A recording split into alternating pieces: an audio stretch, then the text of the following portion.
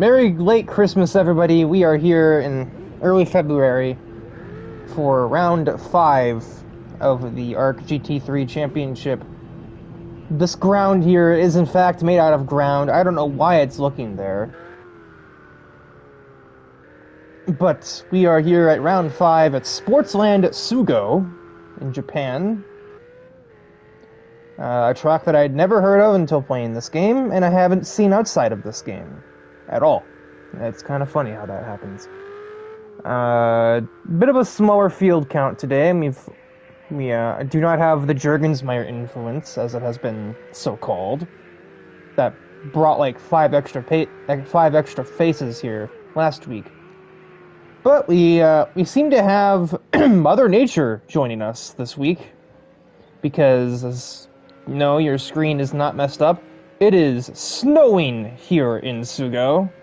A light flurry, just as it's doing in real life.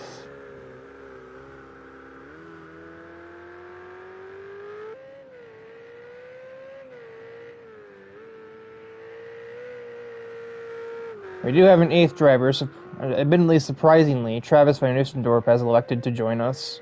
Maybe he was attracted by the idea of a wet race, because some people, believe it or not, actually do like that.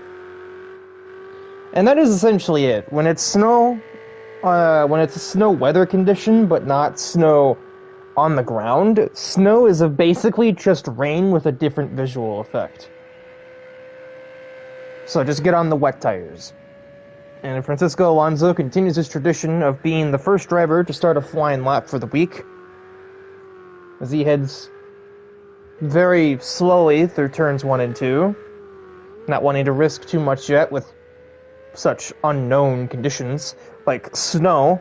We've had very few snow races in ARC history, outside of the ones that have to be on snow, like the Whistler ice races. Excuse me. So this is sort of a new experience, especially for Francisco himself, who has, I can only assume, he was not a part of any snow races in the past, so he's going to have to adapt somewhat fast, at least within the next 10 minutes or so. Clicks his headlights on for good measure. There's quite a bit of shade heading towards the end of Sector 1, so I'm going to believe to be essentially turns 7 and 8.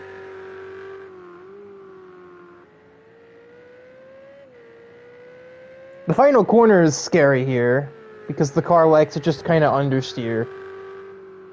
Especially if you don't find that basically tightrope racing line where the dry line is through it.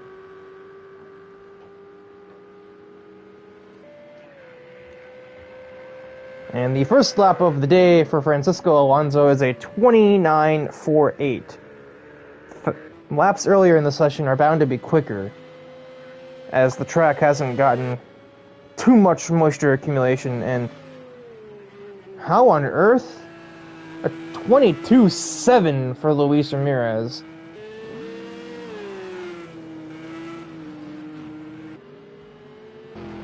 Uh, 24.6 for Connor Hannock. A 23 flat for Dylan Bam. I don't know where Luis has found this 22.7. That's not far off a dry lap time. Logan Cool, the 27.6. Francisco really did take that lap conservatively. I thought I was exaggerating how conservative he was being that lap around, but no, he was really just going that cautiously. He seems to be pushing the car a fair bit more now, though, so yes, 2 seconds faster already. I didn't even see the first half of the lap.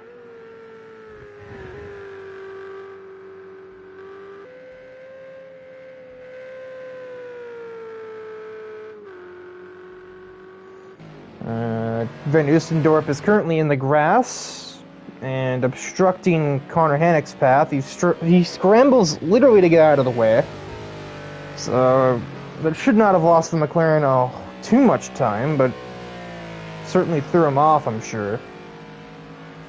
AJ Knickel with a 24.8. I think I'm reading that number. Yes, that's an 8. I do have eyes, in case anybody was wondering. Oh, that's I don't think the game is going to accept that line. I think it's a little too much track limits. Leaving only the other two Mercedes cars to finish their lap. Here comes Daly. 27.9. Oh boy, the 44R cars. They might struggle at this circuit, and this circuit especially. And given these conditions, I think that's only going to be exacerbated. That car doesn't look very grippy right now.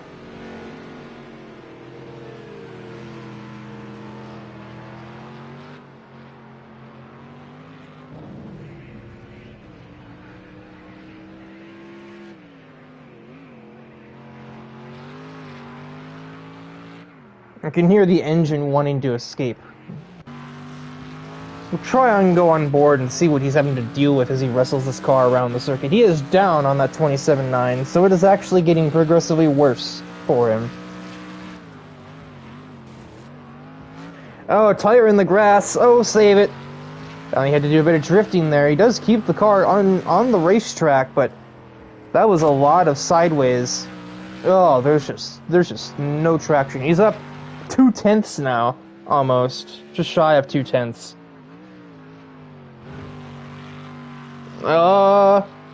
That car is really not happy. Oh my lord. Might be back to the drawing board with that setup. Whatever's going on there, it ain't working. He crosses the line, see if he can at least find a little bit. He finds 6/10. He does jump Logan Cool, so at least there's that, but he is still pretty far off his teammate, much less off the front row of the two Champ Inc. cars. Travis Van Oostendorp is ill-prepared for these conditions by the looks of that racing line through there. And the looks of his lap time of a 29.23.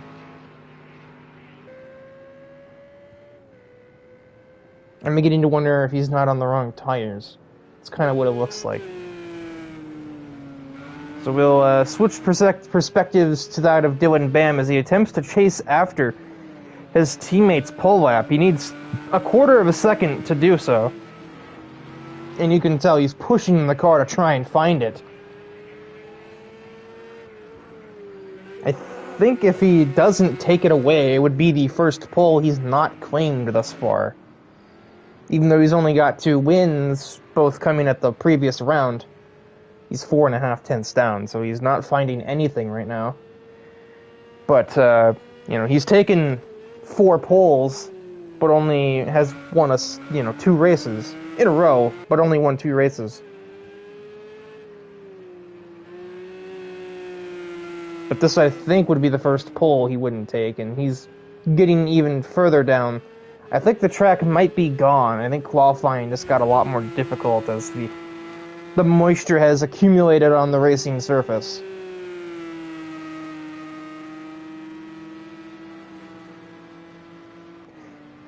Yeah, it is, there's a bit of snow in Japan at the moment.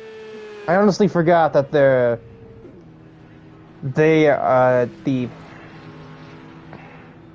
way that the seasons work, they get winter when we do. I forgot that. You'd think I, of all people, would know, but no, I don't. Or I knew, but I forgot. Anyway.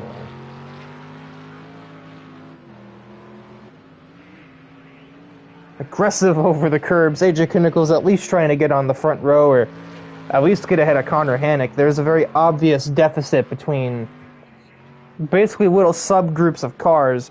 You got the front row really close together, 2.5 tenths apart. Both of them are in the pits, so it'll be Luis ahead of Dylan.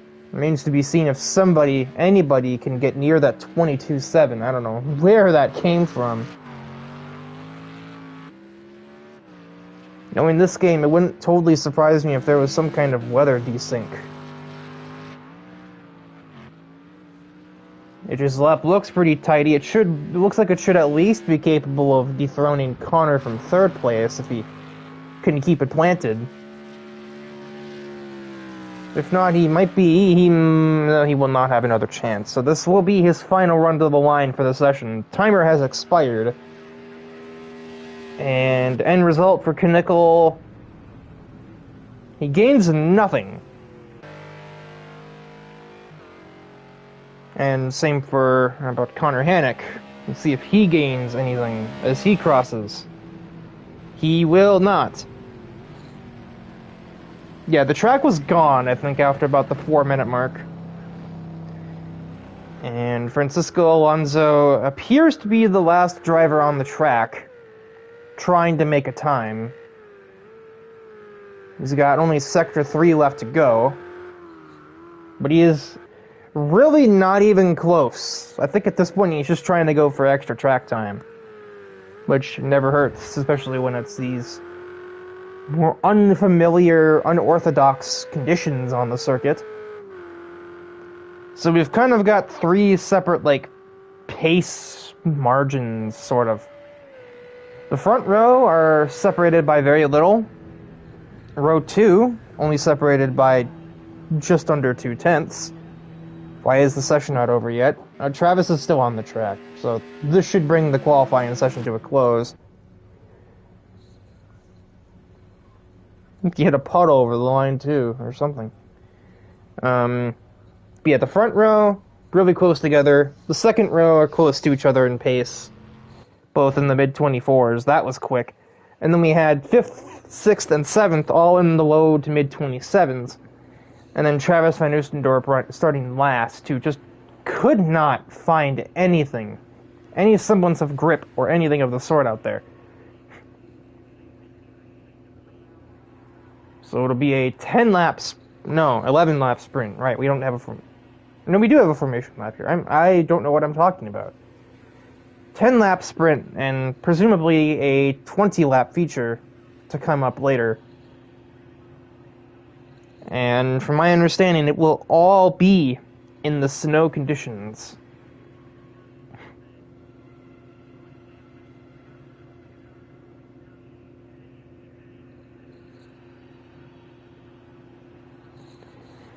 I'm gonna need a drink before we get this going. This is gonna be chaos, he thinks.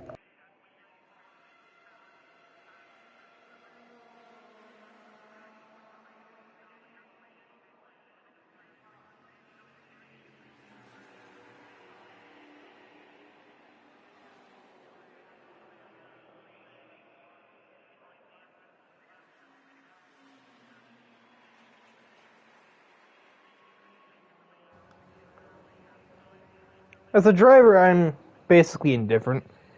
Excuse me. But as a broadcaster, this kind of condition, it's just a really cool set piece, if that makes sense, you know? Like, it's a snow race, so you don't get to do that very often. In real life, motorsports don't really get to do that at all. If snow falls on the track, the session gets red flagged, and they do it the next day if the snow's gone. As everybody pulls off of the starting grid slots for our formation lap. And today's very small starting grid, Luis Ramirez takes the his first pole of the season, and the first pole not to go to Dylan Bam. However, his internet needs to hold up if he is to do anything with that. Dylan still in second, not far off of that pole time. Connor Hannock starts in 3rd. AJ Knickel starts in 4th, but I think he was on to something near the end of that session, so now that everybody is on the same wavelength, it'd be interesting to see if AJ can find a little more in there and climb his way back into the top 3. Shouldn't be too difficult, I would say. Francisco Alonso starts in 5th. AJ's teammate, Matthew Daly, begins in 6th. Logan Cool will start 7th. Travis Van Oostendorp, with a qualifying session to forget, will start in P last, 2 seconds off of the next car on the qualifying sheets. So, clearly some adjusting to do for the CLE driver if he is to even survive tonight.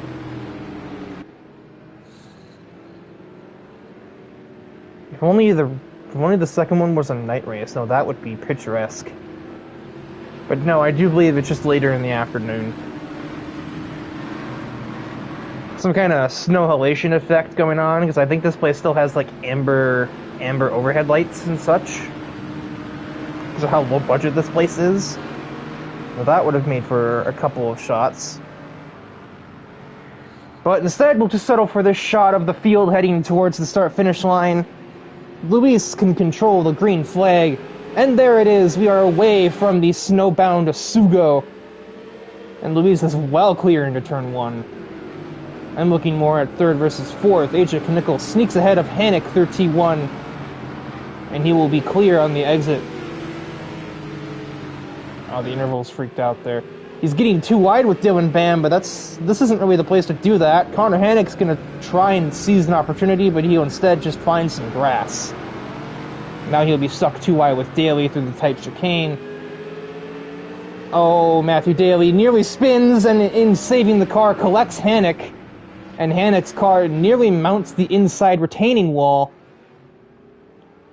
But that's only a single car incident, so as much as it absolutely messed Connor Hanek's ride up, no yellow flag will be displayed as we head towards the backstretch. This camera is not helpful. Hello! I really should remember to stop doing that. Where is Dylan? Oh, he got ahead. I'm like... that camera was so unhelpful. I literally completely lost track of where Dylan was. Oh, we're under caution now. It just took a second to call.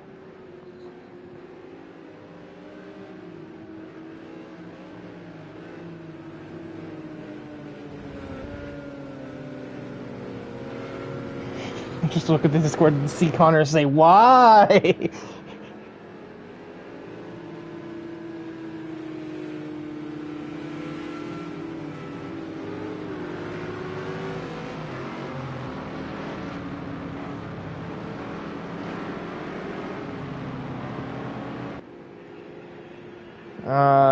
My tablet decides to turn itself on and off. I said the same thing. Why?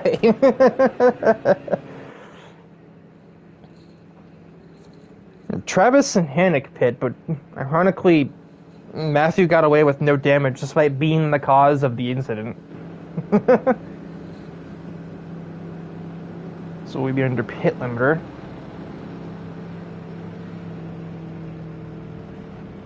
I guess depending on how you look at it, you could say that wouldn't have happened if Connor didn't understeer off into the grass. But he had rejoined and was back up to normal-ish speeds before Matthew Daly's car decided that it wanted to be a Formula Drift car. Or rather, I suppose D1 GP would be more accurate, since I think they actually have events here. I don't think they use that turn.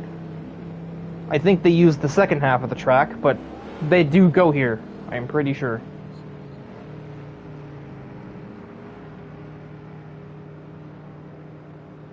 It's kind of a weird thing with Japanese motorsports in that a lot of them remain almost exclusively in Japan. Japan has quite a few racetracks, but it is still pretty limited, so every series uses most of the same circuits. You know, Super GT, Super Formula, Super Taikyu, D1 GP, and anything else like Japanese F3 or Japanese Formula 1000 or whatever, they all use the same tracks. They'd all be using Sugo, Okayama, Fuji, for the most part. In Japan, you've got like 5 options, really. Autopolis, Fuji, you got 6 options. You got Autopolis, Fuji, Suzuka, Motegi, Okayama, and Sportsland Sugo. There's only so many racetracks to go around, but there's so many Japanese racing series that don't leave their home country. So you get a lot of uniformity in that regard. Every Japanese racing series goes to most of the same circuits. I know that's not at all relevant to what's going on because this is just a GT3 series, but I don't know.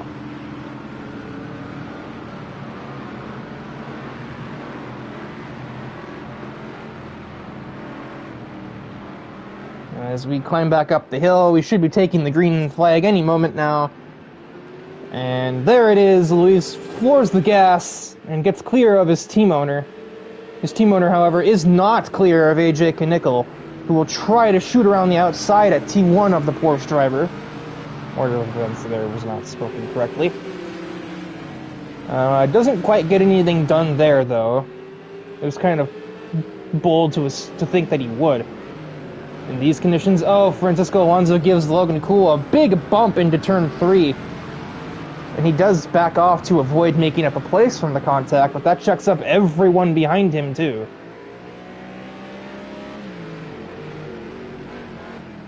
It looks like they're driving in slow motion, honest to God. AJ Knickel with what looks to be a bit of a run on the Porsche. Let's see if he tries to take it somewhere. Or if he's just going to remain right on his tailpipe. He's going to have a half look, but he's not going to convert. I'm trying to see game. I'm overriding that camera because I want to see what's going on. Good lord. I tried to, you know, I in the old ARC broadcasts I used to use, oh, Connor Hannick down the inside of Matthew Daly. He's going to get a 2-for-1 deal if he can hold the outside there, or clear into the braking zone, as Francisco still remains relatively cautious up to the last turn. Oh, we might have a battle for the lead here. Is Dylan going to go for it on his teammate? He will not. Oh, but his teammate's going to completely botch turn 1. And either completely botched or was asked to give up the place for the sake of the championship battle.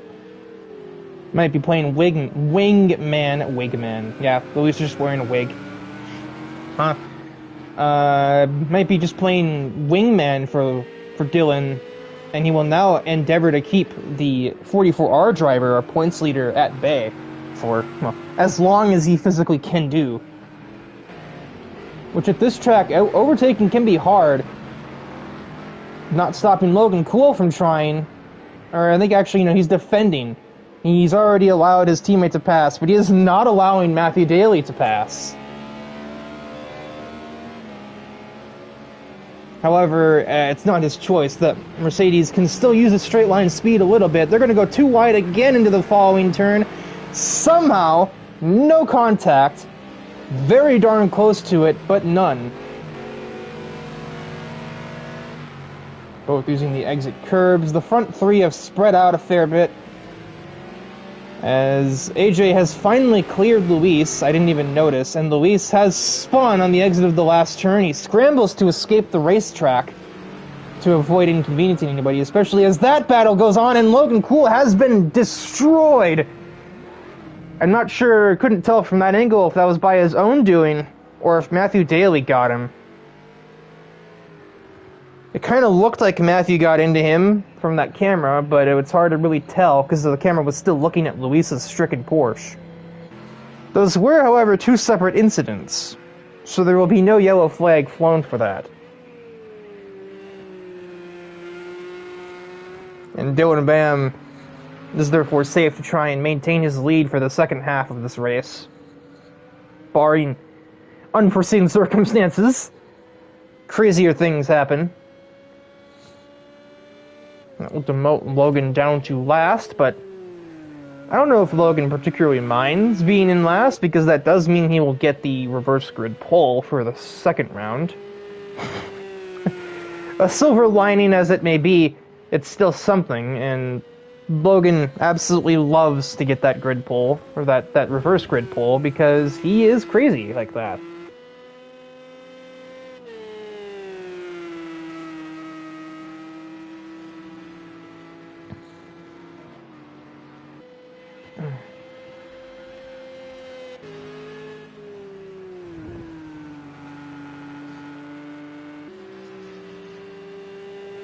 The field is very much spread out now.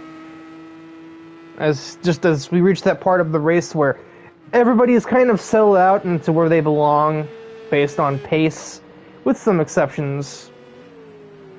Things like, you know, I don't know if I can watch this. This is nonsense.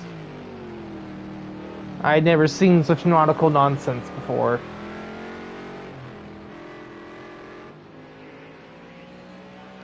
Everyone's kind of divided into where they roughly should be based on their speed and whatnot.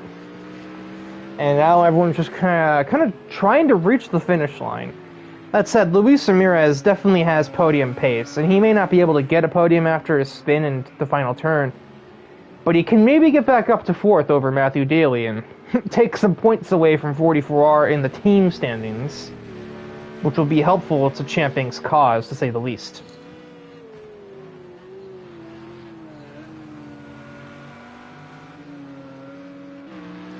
A bit of understeer there. That's very not Porsche-like. And there. He's running his fastest lap of the race, or at least his fastest Sector 2, in pursuit of the AMG GT3 up there. See if it can avail him. I'm not sure that it can. He gains time in some parts and loses it in others. Yeah, he ran a 27 flat. That's certainly faster than Matthew Daly ran by 0.2. Even though it was 0.4 faster than his previous best. So both of these drivers are driving pretty near their optimal. Oh, big brake lock up for not Dylan, for Luis. It's only going to lose him more time. And the laps are counting down, and so is his race. I think he got caught on the outside curb, and he was a passenger. And he will not be able to get the car reoriented. That's a rejoin in 1,000. What in the...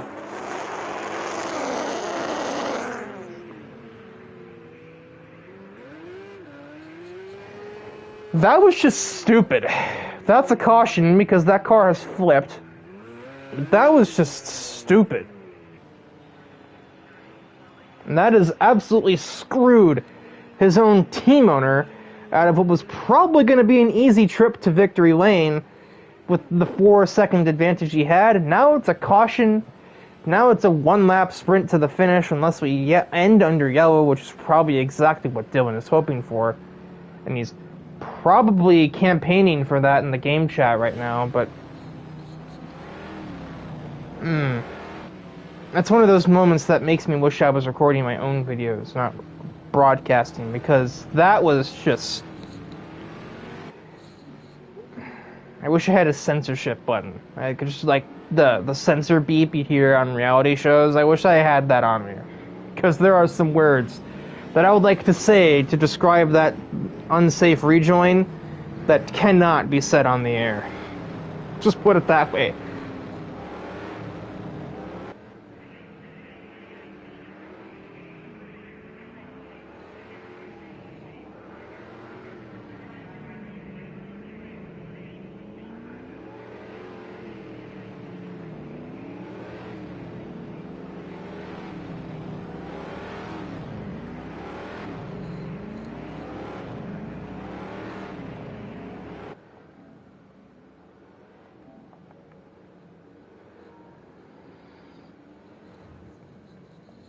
Well, I attempt to process what in the name of God I just looked at. I'm not exactly sure if this will... I think the comments tried to come up, but even though no comments were made, but I think Luke's last comment still works.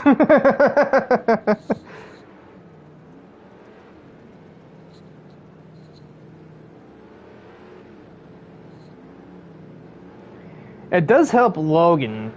I think he and Travis are about the only people that are directly helped by this. AJ maybe as well, because now he gets a free shot at Dylan as we head towards the last laps of the race. And I'm not sure. We're not going to be waiting for Luis because he was the cause of the yellow. Oh, the problem is that Paco is going to want to pit because he just got absolutely, like, pimp slapped there. I don't even know if I can say that on the air, now that I think about it. I probably could have just said the other one. He got dunked on there, and his car is probably pretty badly damaged from that. So a pit stop would probably be needed, but that basically means we'd be taking the green and the white at the same time, and I think we just end the race under this caution. Because I don't remember if we're allowed to do that.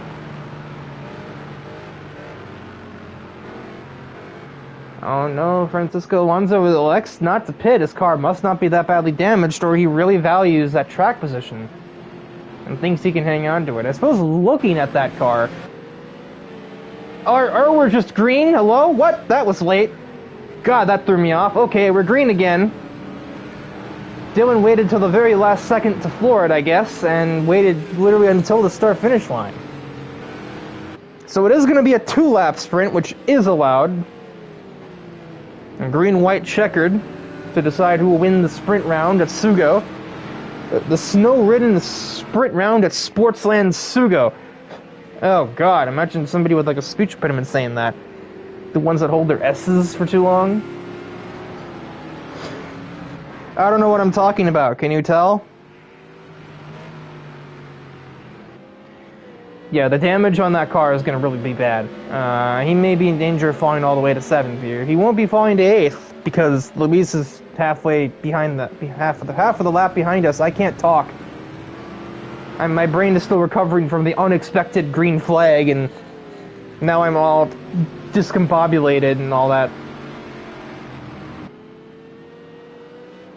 Doesn't seem like AJ has too much of an answer for that Porsche. Admittedly, this track is about as Porsche-coded as it gets. Compared to an AMG GT3, yeah, it makes sense. The Porsche is going to make good on its escape plan, especially in these tricky conditions.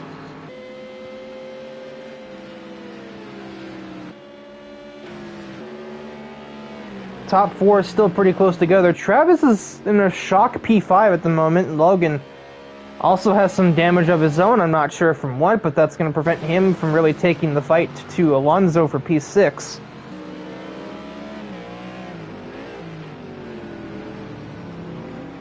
But even though the top 4 are under a blanket, they're all like 7-8 tenths apart. So it's really hard to really get an overtake. Oh, hang on to her, Matthew. Not again. That outside curb is becoming his worst enemy today. And it's going to get worse before it gets any better. Bit of a scruffy exit onto the back straightaway for AJ Knickel, but I don't think it's going to really matter.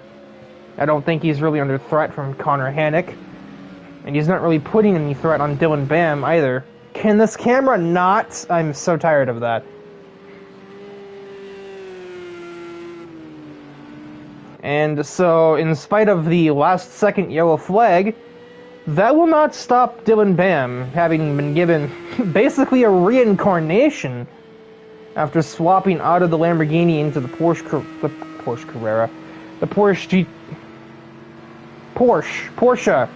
overclocked Beetle takes the victory in the Sugo sprint round. AJ Knickel will claim 2nd and Connor Hannick 3rd. Matthew Daly ends up 4th, and somehow a damaged Francisco Alonso will crawl to P5, or rather slide into P5. Travis Van Oostendorp will survive for P6. Certainly an improvement considering what it looked like what happened from qualifying. Logan Cool brings it home in 7th.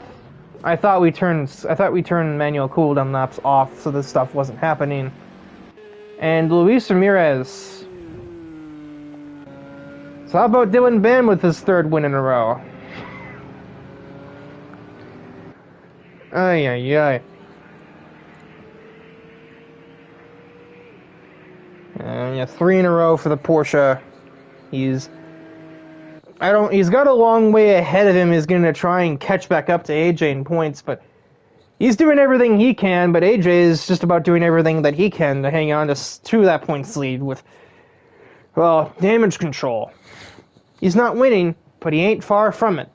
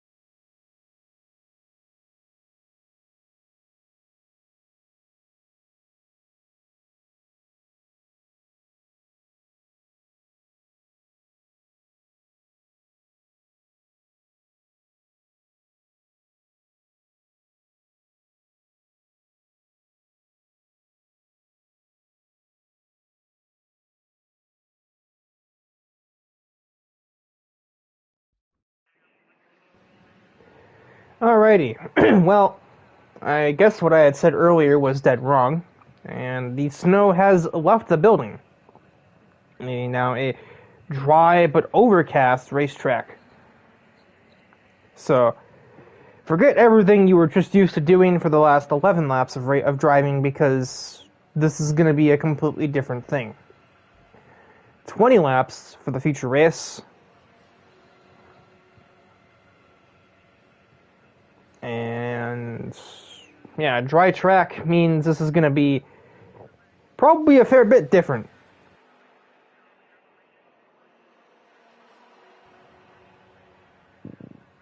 Yeah, can we use the starting grid? I wouldn't mind the starting grid at all, actually. This isn't... actually, yeah, I was going to say, this isn't... I was about to say, this isn't that far off how they just finished. If you were to put Dylan on... Yeah. Put Dylan not in 5th. And have AJ and Connor swap places, it wouldn't be that far off. Ignoring the fact that Matthew definitely finished ahead of Travis, as did Francisco Alonso. So, yeah, that was just me being full of crap, and I don't know what I'm talking about. It was very different. But the only... there's nobody that's starting where they finished. Except for Luis.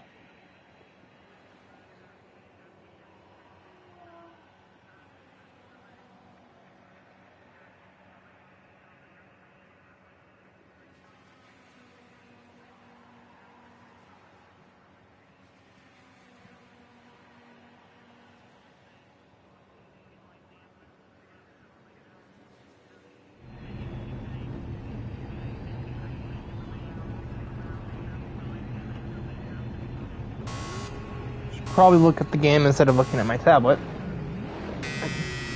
Turn off! I pressed the power button and it's like, no, I'm not turning off. Listen to me, darn it.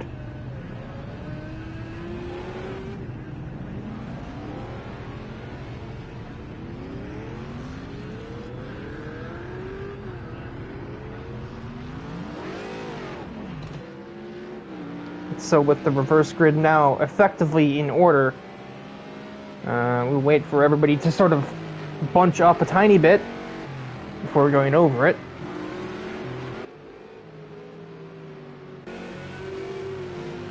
Given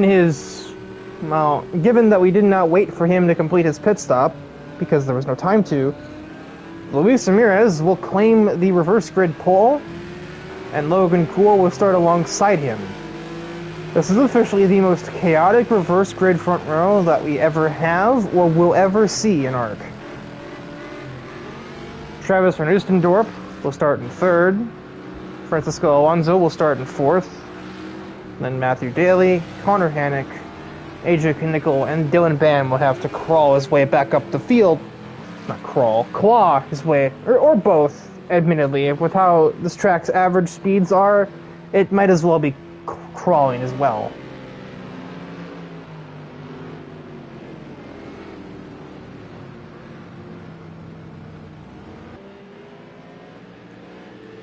So the field should bunch up at any time. What the hell? This is gonna be hard to watch, methinks. I really, really hope that he's not lagging like that on whatever everyone else's screens are seeing, because I know I wouldn't want to be racing anywhere near that with a 10-foot pole. If I have to get next to that car, it's with an RPG, not a racing car. Because that is a lot of lag, and that will be absolute chaos as we head up towards the start of the race here. Luis is the one in control, and we are green for the feature round at Sugo. The snow is gone. We did not let it snow, let it snow, let it snow. But we do let it go green. And it's mostly 2x2 in the back half of the field, but the front two are surprisingly clear to take off. Francisco Alonso is going to look for 3rd on Travis, way down the inside. Travis basically, well, doesn't even give room. I think he just makes an escape at that point. Self-preservation and all. And make it another one attempted on Logan Cool. He will not be as easy a mark, though, but he is going to clip that outside curb, and his McLaren's not going to like it, so he is instead going to get demoted all the way to last place. A bit of an unfortunate curb encounter. Luis is attempting to escape. Connor Hannock contending with Dylan Bammer on the outside. He's escaped the track limits instead. Luis, he's all the way off. He has spun out in the sand pits out there. Francisco Alonso's trying to play small driving, trying to sneak a splitter on the inside of Travis Van Ustadorp, but although he was a little off pace in the rain. Oh, that's a tire in the grass. That is a huge impact, and we have more cars finding the wall. That is a 4-car incident. Dirty Air has claimed many a victim on this evening. Tried to follow Travis too closely, and his car got some understeer. And then the second he got a tire in the grass, it was curtains. And that is, unsurprisingly, a yellow flag. Since literally half of the field found a wall at the end of that.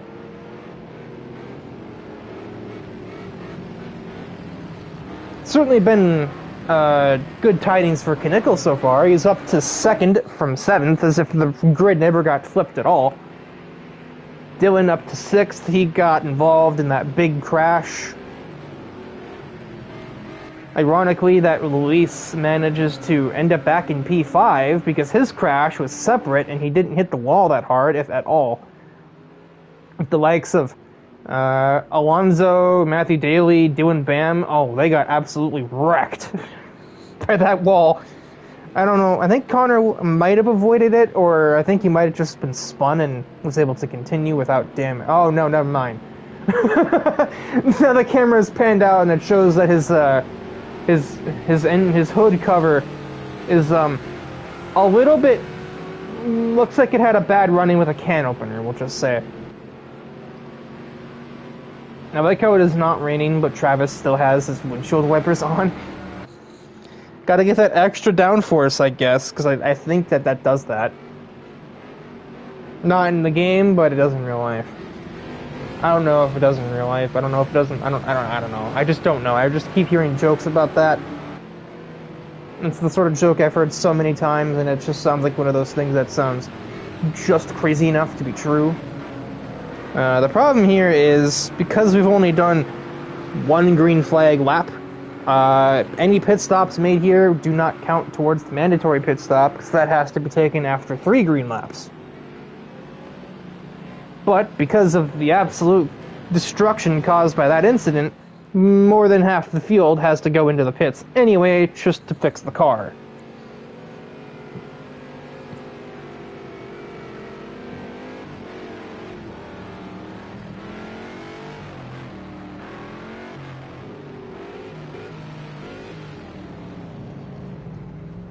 Bring it down to 37 miles an hour to accommodate for some of the longer pit stops that I think some of those drivers are about to see, because those were some hard hits to some of those cars. In real life, I think we would have had at least one DNF there. Most likely Francisco, but I could totally imagine Matthew Daly's car being a write-off as well from the multiple big smacks that it just took. It took a 488 to the mouth, pretty much, and then it spun out into the wall after being collected by somebody else. I'm not sure who.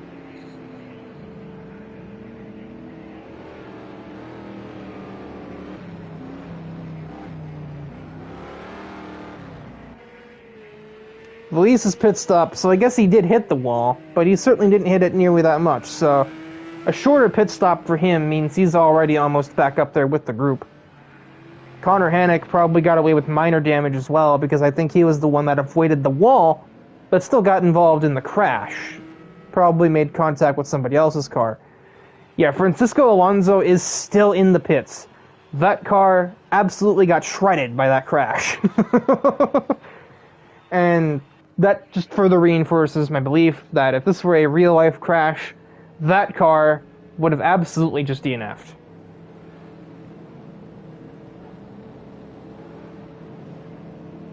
Dylan rejoins the group. So Francisco is the only one that has not rejoined us, and he is still stopped in his pit box. He's had a nearly 2-minute pit stop, and he's not even on his way. There he goes. He is finally cleared to exit.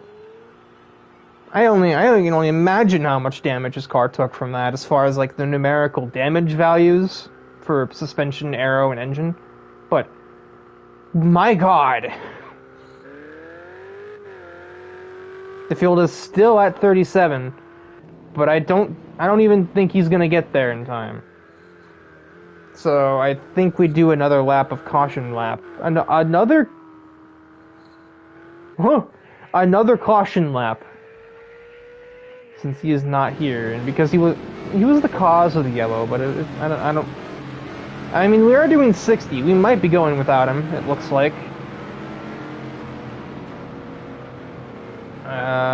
Tentatively waiting. No, cars are pitting, actually. We're taking our mandatory stops now. Travis stays out, probably thinking there will be another caution. AJ just claimed a pit lane violation.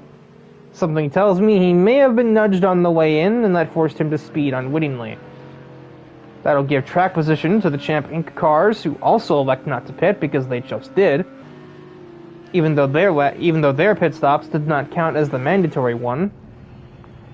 Something tells me, though, that Logan probably just bumped AJ on the way into the pits and that caused him to speed. It's my only guess. Either that or AJ got yelled at for crossing the pit lines, because that was definitely a late decision to make that stop. Everybody leaves the pits at the exact same time. And it's going to be Logan out first, then AJ, then Connor, and then Matthew. But they have changed their tires. It's not certain if the people who fixed their damage have done the same. But they've taken their mandatories. I guess it's not, I forgot, it's not 3 green laps, it's just 3 laps. Not counting the formation lap is the key. Because that's not a lap at all, that is the formation lap. This is technically a 20-lap race. It only says 21 to accommodate for said formation lap. Have I confused you yet? Hopefully not. It makes sense in my head. The formation lap does not count. Bottom line. Looks like the second half of the field that took their early mandatories will get here in the nick of time, and not a minute later. They're not talking to me. Don't know why I needed the mic like they were. They're hightailing it there. They are just barely going to get here. I imagine Travis is probably being asked to wait until the start-finish line to floor the gas. As we climb up the hill once more and take the green flag to continue where we left off in the feature race. Let's see if maybe we don't flip this time, eh? Not holding my breath, personally. The track position that the Champ Inc. cars gained from not taking their mandatory, we'll have to see if that pays off for them. Logan has already allowed his teammate to pass.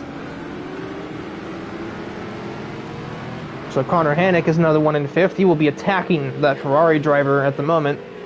And there's chaos in the back of the field. The 244R car is attempting to get by Logan Cool, and AJ will be successful, but Matthew Daly is still stuck behind him. Can this camera get with the program here? Down the hill we head. Travis still trying to hang on to that lead. This camera is not helpful. Luis is off in the grass again. This time he will rejoin, only losing a spot to his teammate.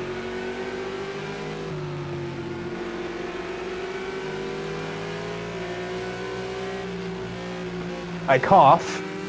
Dylan Bam right up to the back of that AMG, but he might not have much of an answer for it on the straightaway. He's going to have to get it done in a braking zone, methinks. Oh, Slipstream looks like it might be carrying him along, but it's not getting him any closer. He's going to make a... No, he's going to fake ascend and scare the... No, never mind. I thought he was going to scare the daylights out of Travis, but he just went a little wide, but he'll admittedly be fine. Oh, I think there was lag contact made between Hannick and Ramirez. I can't tell where that Porsche even is. Hannick is clear, though. I'm only going to assume that doesn't look nearly that bad in the race. I'm just going to guess that it's just the spectator camera making that seem worse than it is. Because if that is what his car is actually doing, that seems unraceable. Dylan has a good run down the backstretch, but that AMG just has just enough speed to survive. I am so unbelievably tired of this camera. Luis is gone. He probably missed that corner for the third lap in a row, if I had to guess. Dylan too wide with Travis on the exit of the second to last turn, but he still cannot complete the job. He cannot pass go, he cannot collect his salary, but he's going to have the best shot so far to get it here. Roll for a double. Around the outside of turn 1. Travis has to exit the track limits to get it stopped, though, and that is what will seal the deal. And now Dylan can probably just drive away.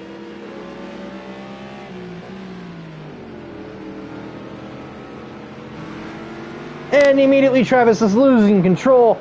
Spins back onto the racing circuit. AJ does incredibly well to avoid that at the very last second.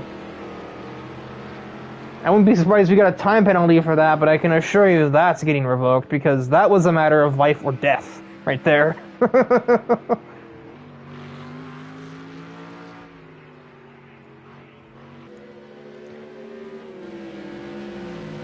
I coughed again. Logan is not leaving the pits. I didn't even notice he was in there.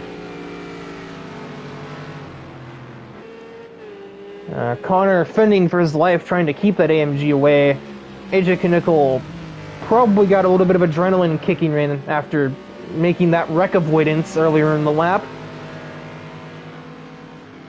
And he's going to use that to fuel an overtake on the McLaren driver, and considering the straight line advantage, as little as the AMG can use it here, it's still helpful.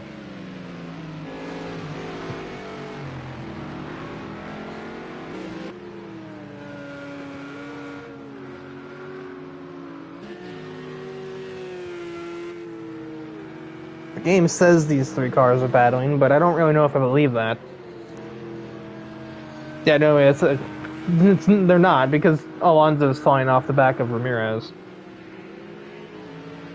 Matthew's still struggling with the exit of that chicane. I just saw his car wiggle a bit. Hannick is not done with AJ yet either. He's still right on his tailpipe. It's not going to matter, though, because of the straight line speed difference. Keeping AJ safe from harm. We've had a retirement from Travis Van Oostendorp from leader to deleted.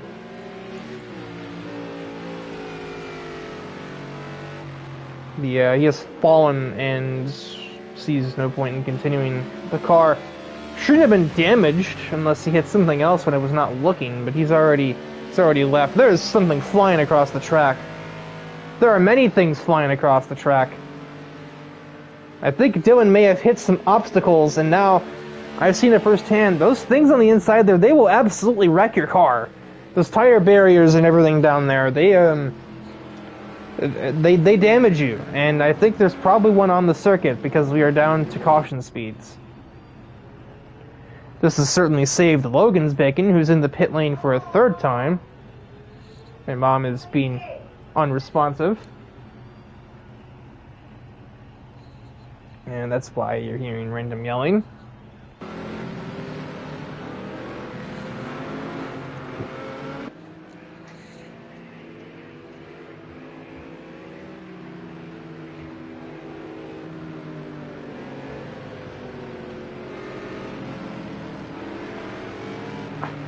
Logan just picked up a time penalty under a safety car. That's just impressive at that point.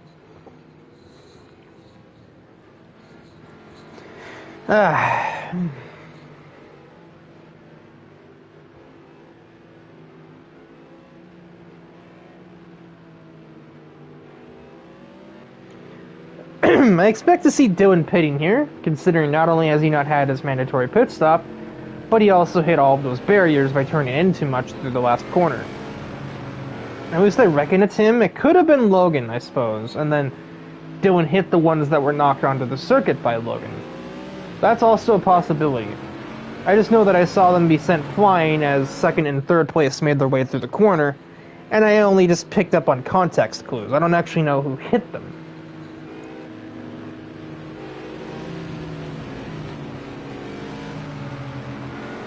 Let's see if they're removed from the track now. It seems as though they are, but you can see where they used to be lined up there on the inside of that chicane that I think they used for motorcycle racing. And I think also for D1GP.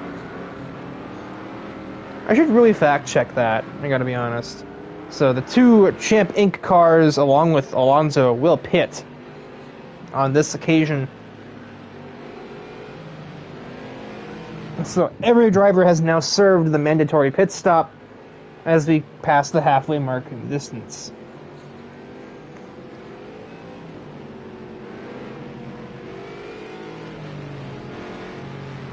Oh god, it's like I had the human equivalent of having all of my service lights come on.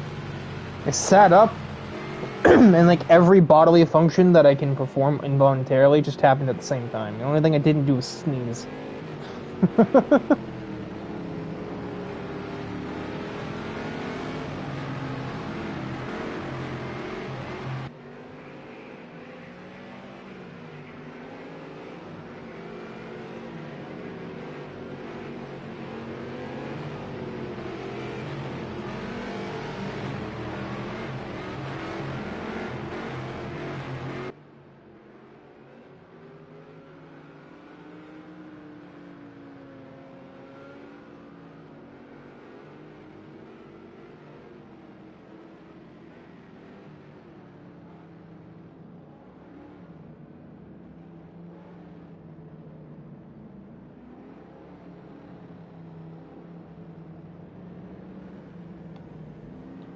Yeah, you can see the amount of damage. I've seen those barriers on the inside take a wheel off before.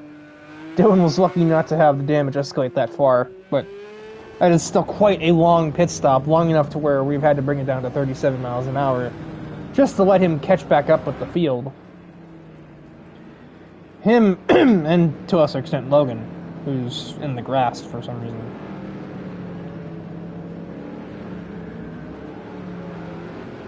This is real life. The track outside of the racing surface would still be very wet from the snowfall.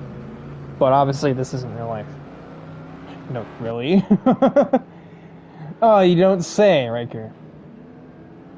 I do not think Dylan will be able to get here in time. He'll be a few seconds off, but he will not be here in time.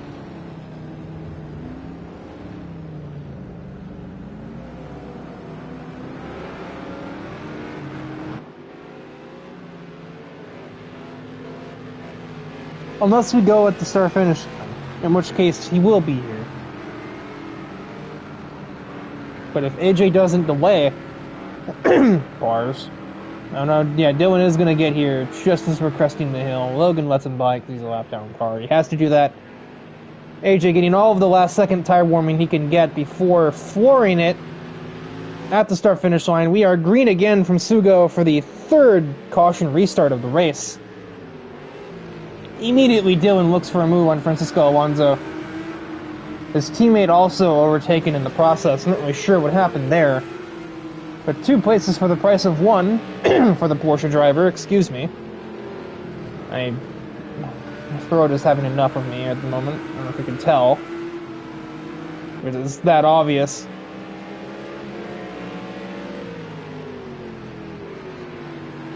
I thought for a second Dylan was about to make contact. He was braking later than him by so much. However, I think we're about to hit a stalemate again as we are on the straightaway where the AMGs will stretch their legs, albeit so briefly.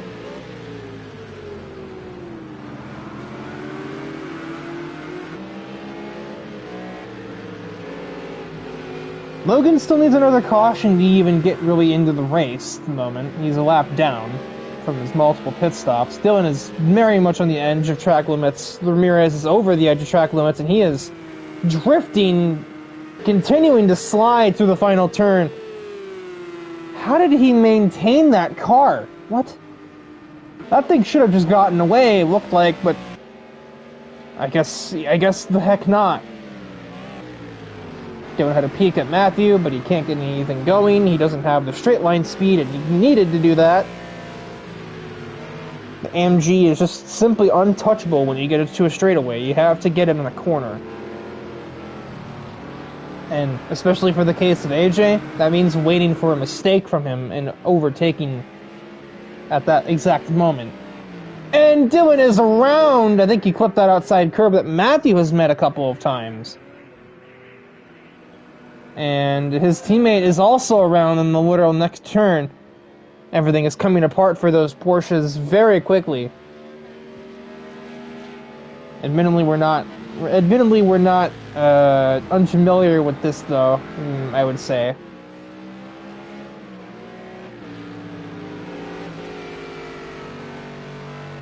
Champ or at least Dillon had something going in the sprint, but now he's made that one mistake, and it's been a little bit late in the race, so he may not have the necessary time frame to recover from it. Especially not with all the damage he's certainly taken. Oh yeah, that thing has been stripped of anything of aerodynamic value now.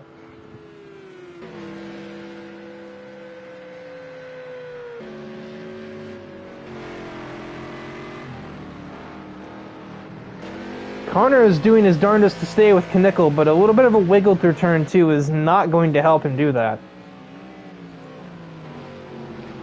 When you got the straight line advantage, the only thing you really have to keep in mind is that you just have to stay consistent. Even if you're not the fastest driver on the track, as long as you are still in a position to use the straightaways, you will be fine. And that is exactly where AJ finds himself. Currently 7/10 clear of his closest competitor, which would be Connor Hannock. But he pulls a 10th on the back straightaway. And that's not a very long back straightaway either. Connor then immediately pulls it back in on the braking zone. After that straightaway, though. So we're just going to have this push and pull until somebody caves and makes an error like that. That's going to lose Connor over 5/10 for the looks of it. He's going to get a little bit of it back through the exit of the final turn, but then he's just going to lose it again on the straight, especially now that he's not in slipstream range.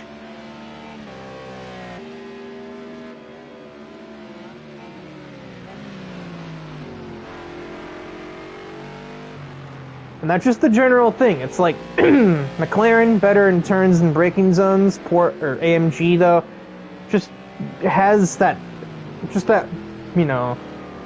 trump card of straight line speed that none of the other vehicles on the grid can really match up with. There is blue flags up ahead. That would be for one Dylan Bam, having just gotten out of the pits. He will soon be instructed to get out of the way for the person he was once fighting for the lead. Just gotta be a pitter Bill Reicherism. Definitely a bitter pill to swallow, suffice to say.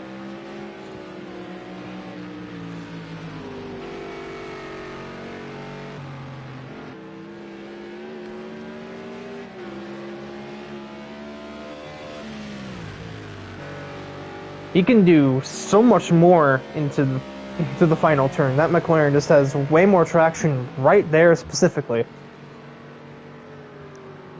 But it's completely counterbalanced by having less straight line speed. So the two straightaways that are on the track, that AMG will get to safety.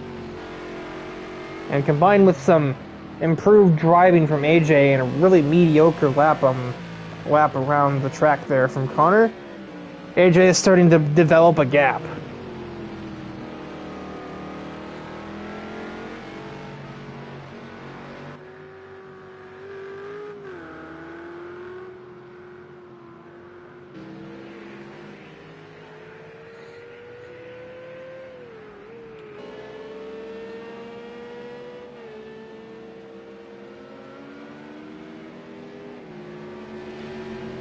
Field is very much spread out now. As just as I said in the sprint, we've reached that point in the race where everybody's just kind of trying to get to the end. We've all sort of settled out to where we should be based on pace. And now it's just a matter of surviving to the finish line and claiming your score.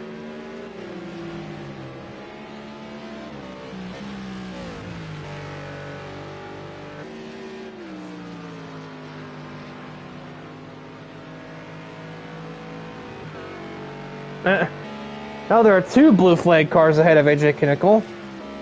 Logan and Dylan.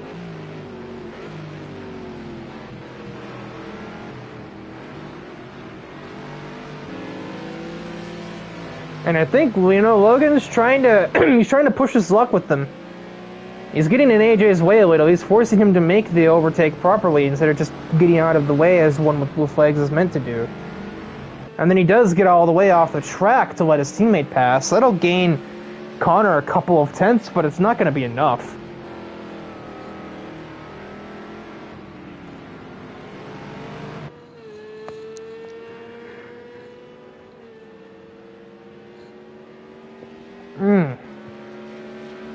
And gets all the way off the track for Matthew as well. So, yeah, I was right. He was just generally trying to stop AJ a little bit, and it did something, but it just didn't do enough.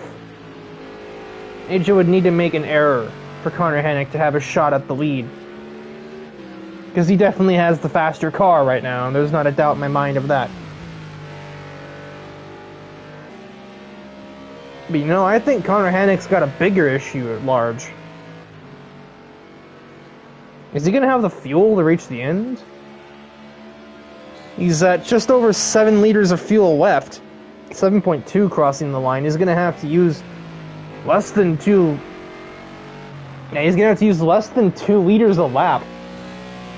As he was 1 and 1.8, essentially, in order to survive and cross the line here. I don't know if he's got that kind of fuel efficiency, even in the McLaren.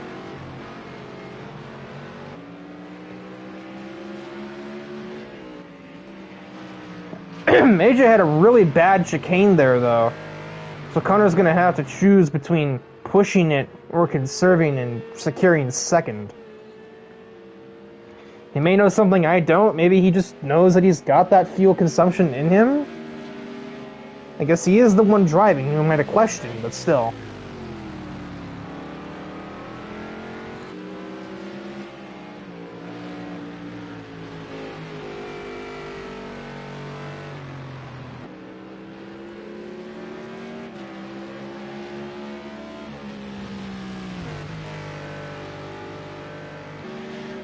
He's certainly driving that thing like it's not low on gas. The way it looks, I think he'd be able to, coast over the line, but he's not going to win that way. He's using exactly 2 per lap, but he would need an extra, he would need 1 extra liter to be good on that. But he's running the fastest laps of his race. He just ran at 20.7. So AJ's 21.2. He's closed in on AJ by about half a second. And he is continuing to do as such. But he's on borrowed time. I don't think he's got the petrol to cross the finish. Or if he does, he'll be coasting up the hill. Nobody wants to do that. Speaking of coasting up the hill, who is that in 5th? Luis Ramirez, as somebody just joined the chat to cheer him on, has just spun on the exit, made an interesting pit entry. Gets a penalty for that at the same time. And his day is done. Even though he could have easily had 5th still, he is done.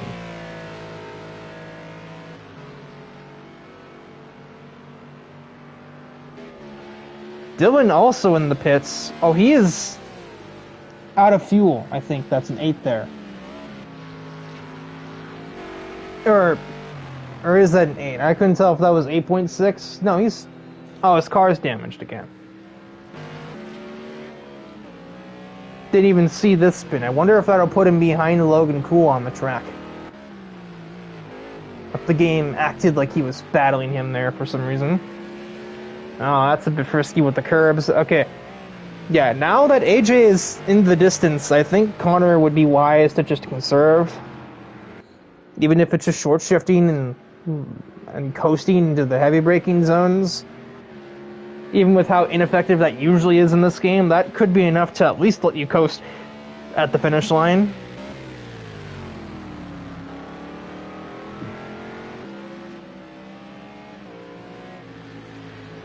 It's like he just doesn't realize. The fuel light should be coming on right now. So either he'll dive into the pits at the last second and forego second and third place, or he will have to try and coast over this hill here. This is Sportsland Sugo in Japan, a track that I'm honestly shocked isn't in GT7 after all of this time, but it's not. It's an old Super GT track. It's mostly known for Japanese motorcycle racing and Super Taiku. But GT series do race here sometimes. Like Super GT.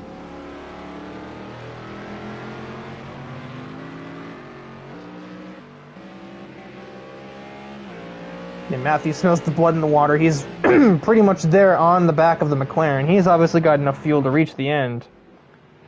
As does his teammate. Pretty much the same amount in the tank for the AMGs, so they are certainly fine.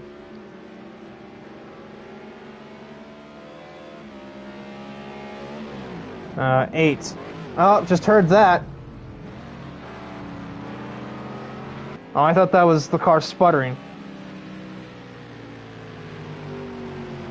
There it is. Hanek is out of fuel. I don't think he's coasting from here either. He's going to have to get a push from Logan, and that won't help him too much. That'll only get him 5th. He has expired.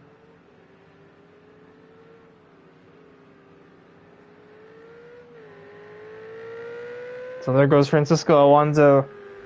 AJ Knickel, I forgot there was somebody winning the race. AJ Knickel is going to take another victory here at Sugo, ending Dylan's victory streak. That 10-second penalty really unlikely to hang on, as I think he was pushed into the pits and was forced to speed because of the contact. As expected, Dylan is giving his teammate a push. He's going to try and push him along.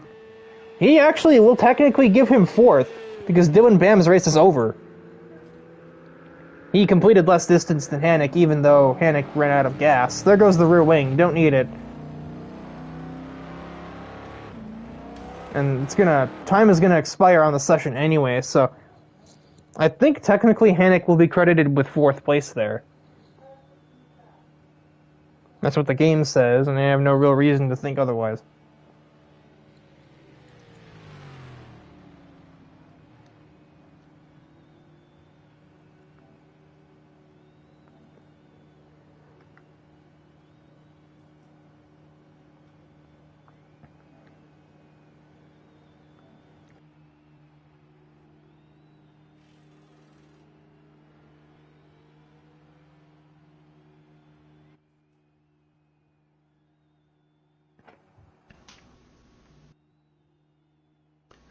What's up? A drink. Shit.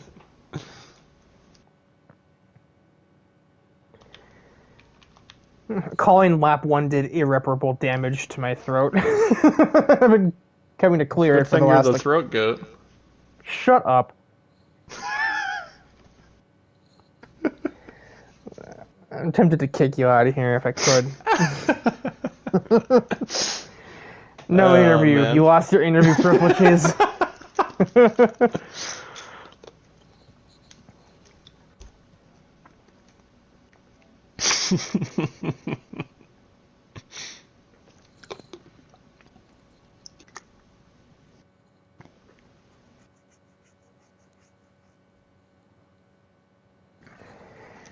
trying to... Podium looked pretty different in both races. We're waiting on Francisco and... if he dares, Connor, who I think got a podium in the sprint.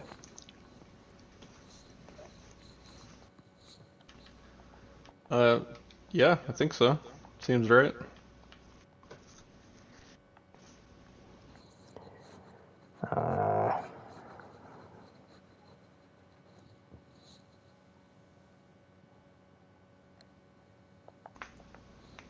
Just gonna leave this lobby. There's no point in sitting in that.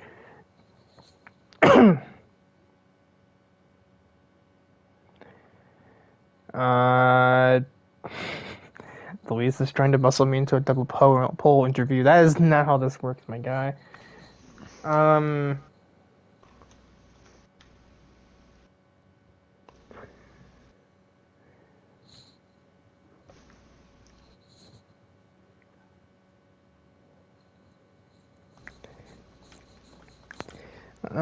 Logan, show the tapes in the comments. I didn't do that. I don't know what you're talking about. I guess they're... If they're not making haste here, I'm just going to skip ahead to Yeah, you interviewing. can. I'm interested to be interviewed at this point. That'd be fun. You Oh, start Matthew... with the third place people, though. Yeah, so Matthew finished second, so he technically beat Let's the go. first. So Mr. Matthew Daly had an okay sprint and cleaned it up in the feature, or I guess more just had better survivability in the feature. Only I think fourth in the sprint. Yeah.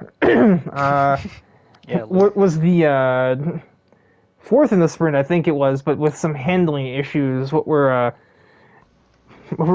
the root cause of all of those spins there? Do you think was it understeer, oversteer, or skill?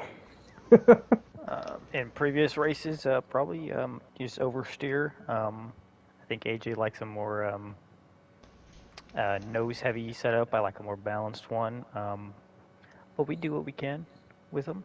I'm not complaining. Obviously, we get the results week in, week out. So sometimes stuff happens. And then and then once the road was dry, you're able to keep more traction. I guess oversteer gone when it stopped snowing. Funny enough. Mm-hmm. But I guess in absence of Connor, I'll just see if you, who was behind him, if you knew from the start that he was running low on fuel, or if he even knew. If he said uh-oh with like 2 to go, and then I think I ran my fastest lap on the last lap because I knew it was happening. So, and then he obviously ran out of fuel on the last lap with 2 corners. Yeah, meanwhile, I had been saying uh-oh with about 4.5 to go. I don't know how I caught it before him. Yeah, I think you caught it before him, yeah.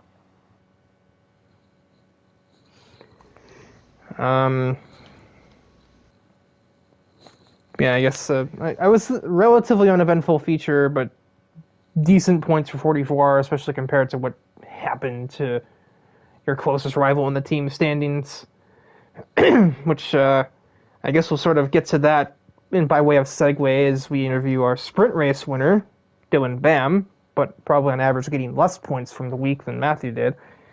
I haven't done the math, but dominated in the sprint. Was the car really that much better suited to the wet track, or was it just a skill issue? What? Was it a skill issue on, like, AJ's part for losing? Or, No, I mean, like, the difference in your car's handling that allowed you to win the sprint, but not the feature. So, okay, here's the thing, right? I mean, with regards to the feature, I think that's just a case of ending up on the wrong side of the crispy edge and just, snowballing from there into sadness. I had like 2 big tire glitches too, which that did not help everything. Me pitting there at the end, I don't know if you saw that, but that was just plan F, and it did not work. Yeah, I don't know. I was really looking forward to this. It was handling really well in the snow. It was great, and it was handling well in the dry too. We definitely had the upper hand with regards to pace, but you know, just some things you can't control in life, and I think this is just, you know, one of those things that just slipped away through no fault of our own. It kind of looked like your car just clipped the outside curb, and that was definitely one thing in life you couldn't control, was that snap oversteer. Oh, are you talking about the incident with me, Maddie, and Paco? No, that was Paco running into the back of me and spinning me, taking my rear wing. That was not losing control. That was contact. Oh, I don't think the rear wing actually came off on the from what I saw on the broadcast, but so it looked like you just kind of clipped the curb, and the car was just like, "Well, guess I'm out of here." The camera angle didn't really inform me that there was contact, because I was looking at it from off the circuit from front on, so I didn't really notice that Francisco was close enough to make contact with your bumper. So I guess that recontextualizes all of that.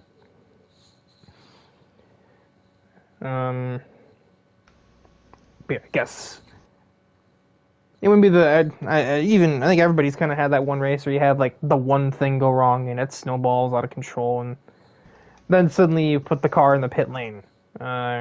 Most people have probably had that at least once. But we move on to our feature race winner, and not far off that in the sprint either. I assume that 10-second penalty is nonsense. I mean, I wouldn't call it nonsense. I got it in a nonsensical way, but it was a legit penalty that I had to serve under yellow. I went into the pits and activated my pit limiter, but I had my brake bias menu up, and it didn't activate my pit limiter, and so I went in a little too fast. So I had to drop to 8th under the pit cycle. Somehow I didn't even notice that. I guess probably because you just did it on the way out of the lane. Well, yeah, I mean, we weren't even like meant to pit that lap. The 4 of us had to take EOLs because we went through and the pits were closed, but because it was the first lap that we could actually serve and we were under yellow, it ended up really helping us strategy-wise until that other safety car came out. But, I mean, we were, like, that was the first lap we were allowed to, like, actually serve the 4-tire pit stop, right? So, yeah, I wish that it would have stayed green. It would have been a lot easier of a win for me, but...